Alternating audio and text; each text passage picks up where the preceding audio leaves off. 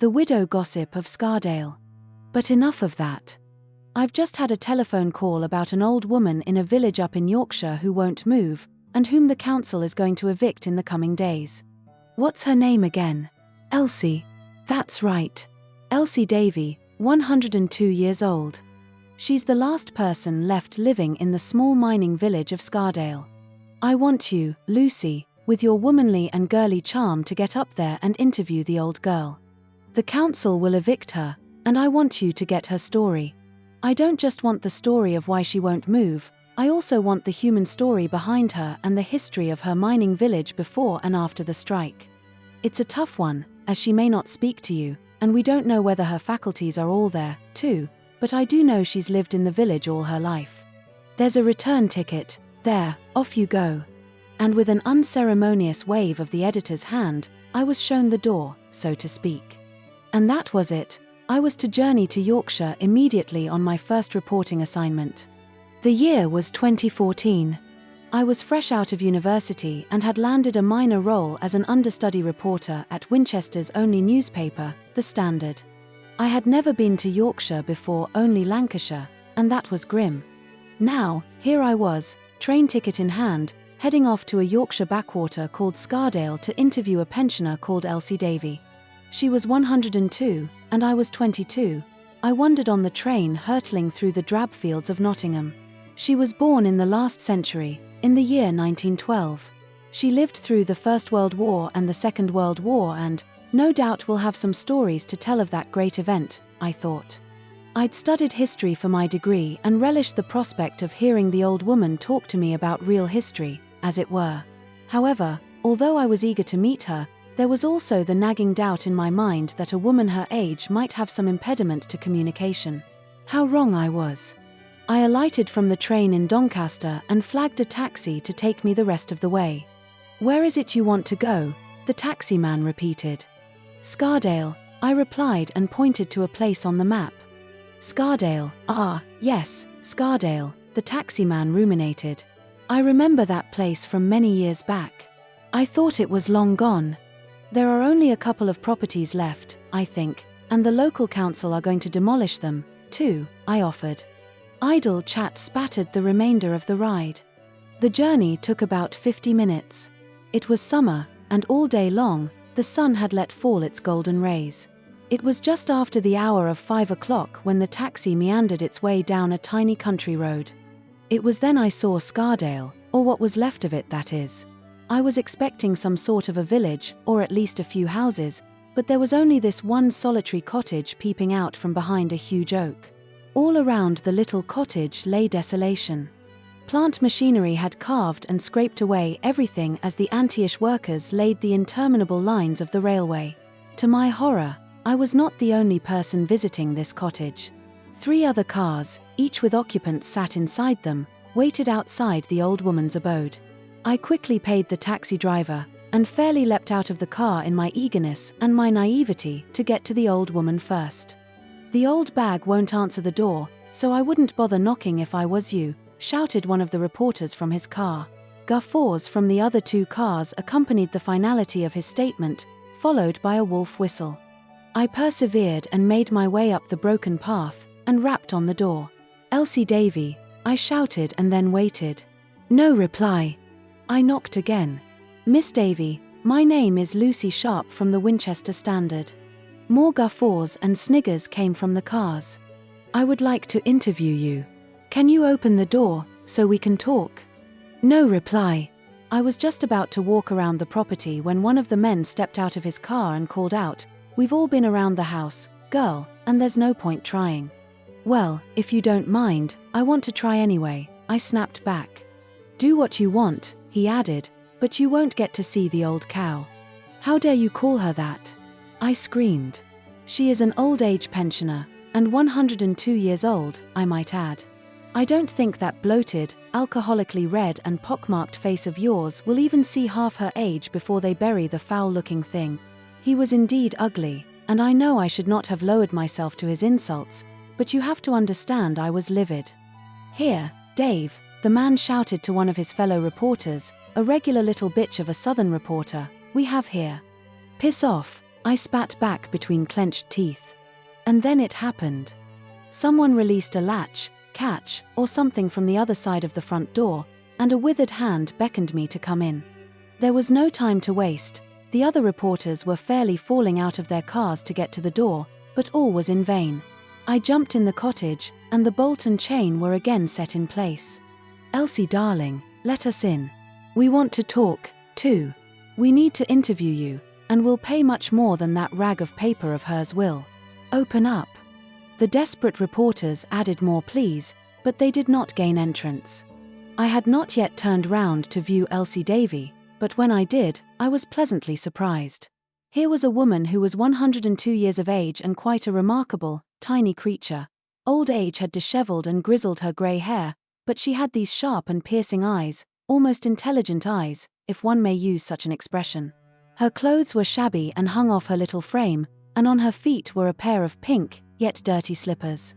"Do I startle you, madam?" she asked in a soft but rural voice. Previously, I had only heard a Yorkshire accent on television, and then from some actor or such, and not a real person, but listening to that old lady now and her strong drawl of accent made me halt in reply. "You're gawping, girl.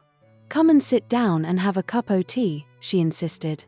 She motioned slowly towards a single table that stood in what resembled a kitchen, but somehow was not. All around the room was age. It was in the old oak and mahogany of the furniture, and in the threadbare curtains, whilst the net curtains had long since withered away.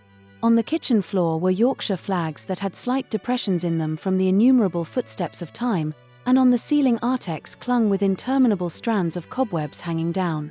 A smell of mustiness clung all around the room, and in the strangled, split rays of sunlight shining through the holes in the curtains, one could see a veritable mist of dust dancing in the air of that aged room. "My name is Lucy Sharp. And you're a reporter from the Winchester Standard," the old woman interrupted.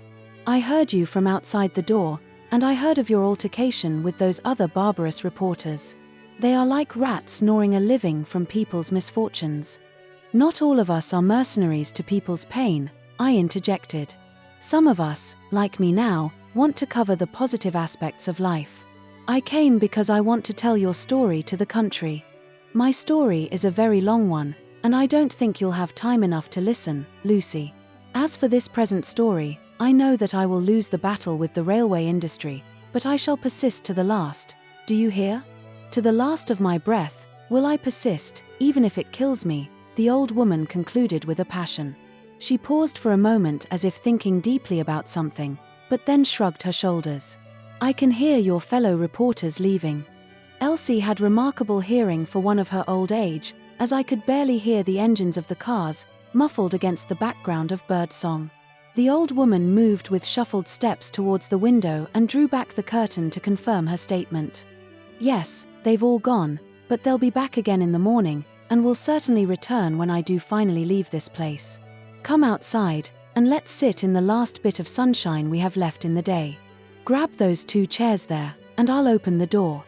I tried to lift one of the chairs, but it was very cumbersome, and I ended up dragging it across the stone floor. I repeated the act with the second chair, whilst Elsie brought out the tea and made an impromptu tea stand with an old box, which Elsie had stationed outside the little cottage a couple of days ago. We both then sat down. "Do you remember the Second World War?" I began, soon after sitting down. "I do, but don't wish to talk about it if you don't mind. I don't wish to recall those dreadful years." I was a little disappointed, but not wholly disheartened, as my purpose was to get her to talk about Scardale and its past.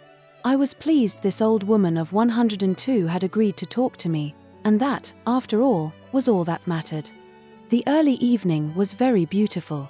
It was the start of June, and the sun still held its station well in the high sky. Elsie had been quiet for some minutes, as she sat gazing towards the distance and the brutal slaughter of the land by the machines, as they carved up the countryside. "Do you know, Lucy, out there, surrounding this little mining cottage, there was once a village here? There were at least 100 houses in the village of Scardale. I was born here in 1912. Growing up, I can recall all the men with blackened faces coming back from Scardale pit. All hours of the day, the miners would return. Look out there between those two aspen trees, as Elsie pointed with her bent and bony finger, and there rose from out of the ground a great wheel, which sent the miners down the pit and carried them back again. It's all gone now, though, nothing is left of Scardale colliery. I'm the last relic of Scardale, and once I've gone, nothing will be left of the memories and lives of the people who once lived and worked here. Elsie paused a moment before continuing. Before you now, Lucy, you see industry, the great railway with their monstrous machines carving out a passage for productivity. England was built on industry from the time of the Industrial Revolution, in the early 1800s, to the end of the millennium. Men and women have earned an income and life from working within that industry, but with the arrival of Thatcher and her laissez-faire policy of me, and me, industry gave way to finance, and Britain and her people began to lose their livelihood and that little bit of happiness they possessed. Shipyards began to close, mills and factories shut their gates for the last time, lack of government subsidy sent car plants abroad, and the coal industry died, Scardale died. I think the new railway is good, construction is good. Admittedly, sometimes you have to deconstruct things to make them better.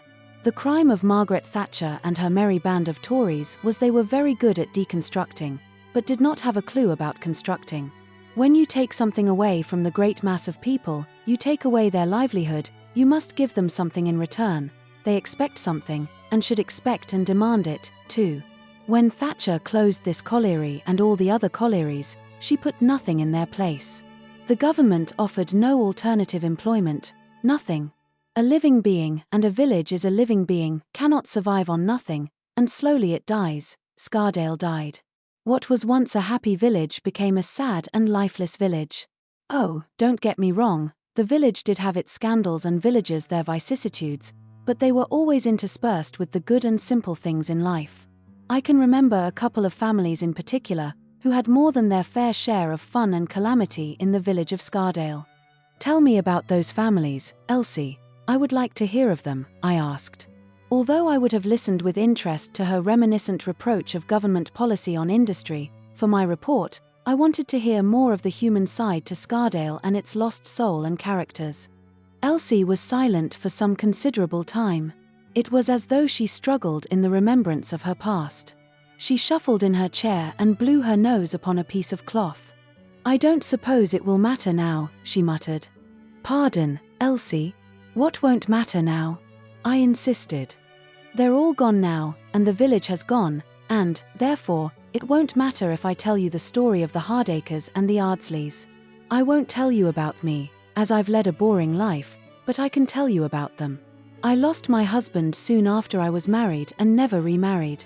The villagers called me the eternal widow, and some of them referred to me as the widow gossip. I didn't mind though, because I did like a bit of gossip, she cackled. I would love to listen to their story, Elsie, and I sat back upon that wonderful summer's evening in the lost village of Scardale and listened to that old woman reminisce. I suppose it all began back in the summer of 1960 and their trip to Scarborough, she began.